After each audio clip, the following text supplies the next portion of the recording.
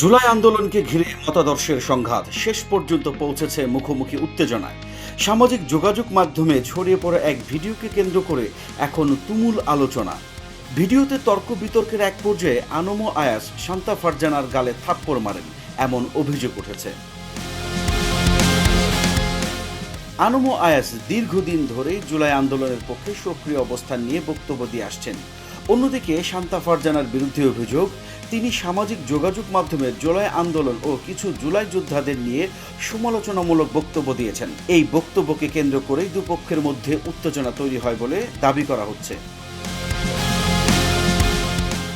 ঘটনার পর শান্তা ফারজানা শাহবাগ থানায় লিখিত অভিযোগ করার জন্য তার লোকজন নিয়ে যান। এই ঘটনাকে কেন্দ্র করে সামাজিক যোগাযোগ মাধ্যমে চলছে ব্যাপক বিতর্ক।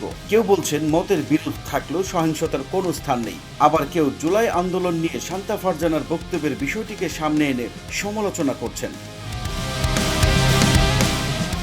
জুলাই আন্দোলনকে ঘিরে মতপার্থক্য নতুন নয়, তবে সেই মতবিরোধ যখন শারীরিক সংঘাতের অভিযোগ পর্যন্ত গড়ায় তখন বিষয়টি আইনের আওতায় চলে আসে। এখন তদন্তে কি তথ্য উঠে আসে সেদিকেই সবার নজর।